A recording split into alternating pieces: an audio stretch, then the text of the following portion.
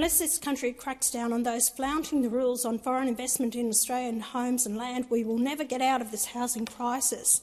Unless we can see a true picture of its extent, we will not know where to crack down on it. We are getting significantly different pictures on the state of foreign ownership from different authorities.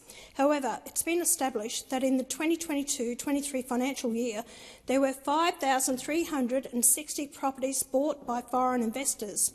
This comprised of 2,640 new dwellings, 1,823 established dwellings and 897 purchases of vacant land.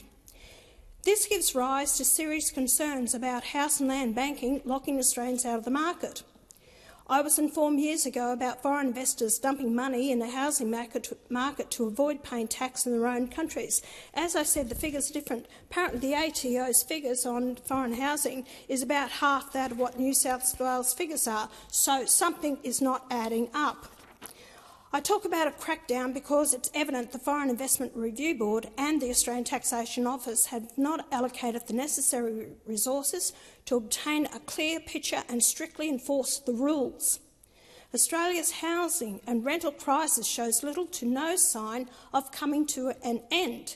In March this year, the national rental vacancy rate set a new record low of 0.7%. More than 122,000 Australians are experiencing homelessness on any given night. Homelessness services are overwhelmed by demand.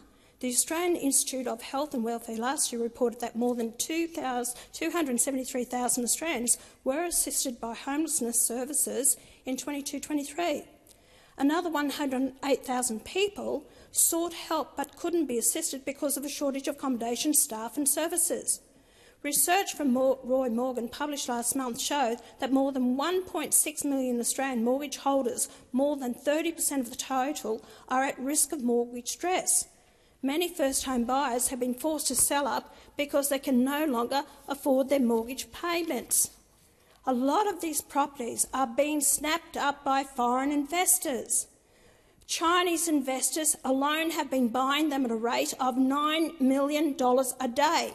Australians can't buy investment properties in China, but Chinese people can buy them in Australia. How is that fair?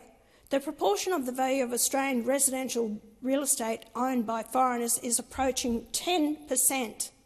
These are homes that are being denied to Australian owners. Foreign purchases are contributing significantly to the heat and volatility of the housing market.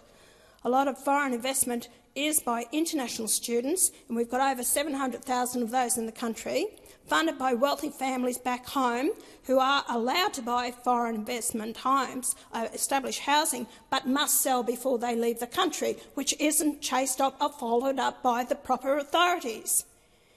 They are only meant to be able to buy established properties.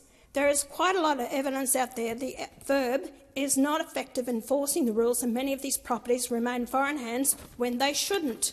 Other countries are also experiencing housing crisis, but some of them are effectively addressing them with new bans on foreign ownership. New Zealand has done it.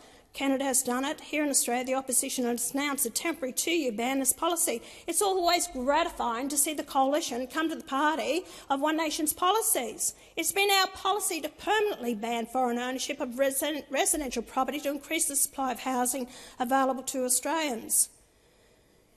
It's our policy to give foreign investors up to 2 years to sell these properties to Australian buyers. Common sense will tell you is that if you're going to flood the market for foreign investors, we have a housing demand shortage of approximately around 650,000 houses in Australia. That's how short we are. We're allowing foreign investors out here to bid on this housing, then that drives up the price so Australians can't afford it.